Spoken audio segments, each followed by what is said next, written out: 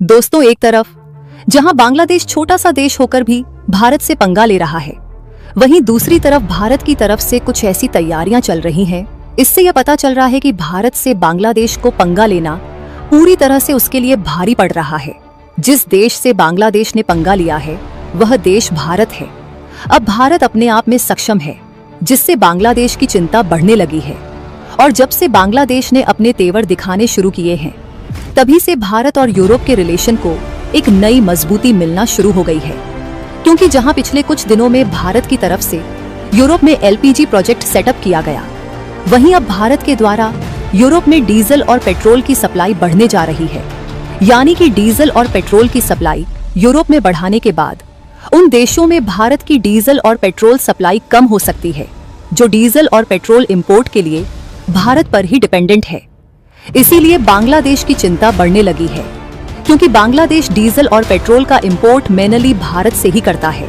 पूरी अपडेट क्या है इस वीडियो में समझते हैं, लेकिन वीडियो में आगे बढ़ने से पहले भारत जिस तरह से बांग्लादेश को सबक सिखा रहा है, उसके लिए वीडियो को एक लाइक करके चैनल को सब्सक्राइब जरूर कर लीजिए। आपके लिए ये 1 सेकंड का काम है, लेकिन इससे हमारी बड़ी मदद होती है। इसीलिए आप लोग चैनल को सब्सक्राइब जरूर करें। ये हमारा छोटा सा चैनल है, इसे अपना प्यार दें। दरअसल नेपाल, भूटान समेत बांग्लादेश और बांग्लादेश जैसे भारत के पड़ोसी देशों में डीजल और पेट्रोल की सप्लाई भारत के द्वारा ही की जाती है।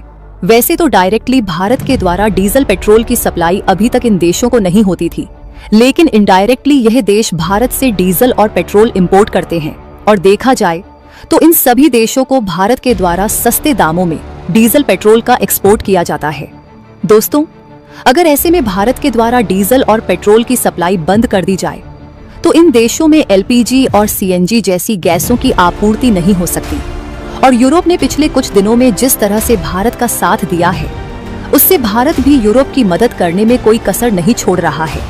और इसीलिए भारत के द्वारा यूरोप में डीजल और पेट्रोल की सप्लाई को बढ़ाया जा रहा है। एक रिपोर्ट के मुताबिक भारत की जानी मानी डीजल और petrol supplier company Petronet Europe में डीजल और पेट्रोल की सप्लाई को शुरू करने जा रही है। और कमाल की बात यह है कि यूरोप को भारत के द्वारा डायरेक्टली डीजल और पेट्रोल की सप्लाई की जाएगी और इसे डायरेक्ट लिंक पाइपलाइन के थ्रू सप्लाई किया जाएगा, जिससे ट्रांसपोर्टेशन कॉस्ट को बचाया जा सकता है।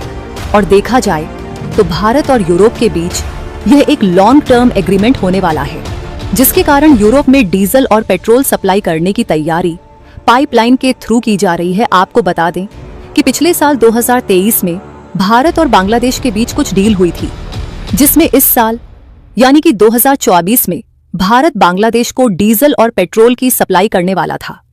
लेकिन बांग्लादेश का चीन की गोद में बैठकर भारत को तेवर दिखाने का अंजाम उल्टा उसी पर भारी पड़ चुका है। फिलहाल भारत और यूरोप के बीच डीजल और पेट्रोल के लिए फाइनल की गई इस डील को देखा जाए तो इसमें भारत की पेट्रोल, डीजल और पेट्रोल यूरोप में हर साल 300 मेगावाट कैपेसिटी की डीजल और पेट्रोल सप्लाई करने का काम करेगी। शुरुआती दौर में डीजल और पेट्रोल की सप्लाई कंटेनर के द्वारा की जाएगी, जिसमें भारत और यूरोप के आयरलैंड के बीच शिपिंग के माध्यम से आसानी से डीजल और पेट्रोल की सप्लाई करने का प्लान बनाया गया है। लेकिन कुछ दिनों बाद इसे पाइपलाइन के जरिए भेजने का काम किया जाएगा। क्योंकि यह एक लॉन्ग टर्म एग्रीमेंट है, तो इससे ट्रांसपोर्टेशन कॉस्ट बचाई जा सकती है। आपको बता दें कि यूरोप में ऑलरेडी एक 300 मेगावाट क्षमता वाली रिफाइनरी प्लांट को सेटअप किया जा चुका है, जहां पर यूरोप के पास रिफाइन करने के लिए गैस मौजूद नहीं है। यानी कि देखा जाए तो यूरोप में इस समय डीजल और पेट्रोल की डिमांड काफी ज्यादा है और यह भारत के लिए एक अच्छा कदम साबित हो सकता है। भारत और यूरोप के बीच इस डील में कंटेनर के माध्यम से भारत और यूरोप के सबसे नजदीकी आयरलैंड द्वारा सप्लाई की जाएगी। और इस रिपोर्ट में यह भी बताया गया है कि जिस कंटेनर द्वारा इसकी सप्लाई होगी उसकी कैपेसिटी 17 टन तक होगी, जहां हर दिन लगभग 1000 टन डीजल और पेट्रोल हर दिन यूरोप में एक्सपोर्ट किया जाएगा। यानी कि कुल मिलाकर यूरोप में डीजल और पेट्रोल की रिक्वायरमेंट को पूरा करने के लिए हर दिन लगभग 50 कंटेनर भारत के द्वारा शिफ्ट किया जाएगा। हालांकि कुछ समय बाद इसे और भी ज्यादा बढ़ाया जा सकता है, क्योंकि देखा जाए तो डीजल और पेट्रोल से चलने वाली गाड़ी कम हो रही है, बल इलेक्ट्रिक व्हीकल्स और सीएनजी से चलने वाली गाड़ियों की संख्या बढ़ रही है। और सीएनजी की डिमांड बढ़ जाने से यूरोप में और भी ज्यादा मात्रा में डीजल और पेट्रोल एक्सपोर्ट करना होगा, वैसे भी इस समय भारत और यूरोप के रिलेशन पहले से ज्यादा मजबूत और अच्छे हो रहे हैं, जिससे भारत के लिए यह एक अच्छा और मददगार कदम साबित हो सकता है। हालांकि भारत में प्रोड्यूस होने वाली डीजल और पेट्रोल के बलबूते यूरोप को सप्लाई नहीं किया जा सकता, क्योंकि भारत में कुल डीजल पेट्रोल जरूरत का 45% हिस्सा दूसरे देशों से ही खरीदना पड़ता है, जबकि केवल 55 पर ही डीजल और पेट्रोल भारत में प्रोड्यूस होती है। और इसीलिए भारत उन देशों में डीजल और पेट्रोल इंपोर्ट करने का मौका तलाश रहा था जहां से सस्ते दामों में डीजल और पेट्रोल भारत को मिल सके, जिसके लिए भारत को यही मौका कतर में मिल गया है, जो कि भारत को आने वाले 20 सालों तक सस्ते दामों में डीजल और पेट्रोल बेचने के लिए तैयार हो गए हैं। आपको बता दें कि कतर के अलावा भारत रूस, अमेरिका और सऊदी अरब जैसे देशों से भी डीजल और पेट्रोल का आयात करता है, लेकिन इन देशों से डीजल और पेट्रोल इंपोर्ट करने के लिए ज्यादा कॉस्ट पे करना पड़ता है। और भारत को जो मौका कतर ने दिया, भारत ने इस मौके का फायदा उठाते हुए आने वाले 20 सालों तक के लिए डीजल और पेट्रोल को इंपोर्ट करने की डील को फाइनल कर लिया है, जिसमें $70 बिलियन की डीजल और पेट्रोल खरीदने की डील को फाइनल किया गया है, जहां हर साल लगभग 75 मिलियन टन डीजल और पेट्रोल को भारत की पेट्रोनेट कतर से खरीदने का काम करेगी। और देखा जाए तो कतर से जो डीजल और पेट्रोल इंपोर्ट किया जाएगा वह भारत की जरूरत से कहीं ज्यादा है, यानी कि भारत की जरूरत के अलावा जो डीजल और पेट्रोल बचेगा उसे यूरोप में बेच दिया जाएगा। इसके अलावा डीजल और पेट्रोल की कुछ मात्रा भारत में रिफाइन करके एलपीजी और सीएनजी जैसी गैसों को भी दूसरे देशों में एक्सपोर्ट किया जाएगा।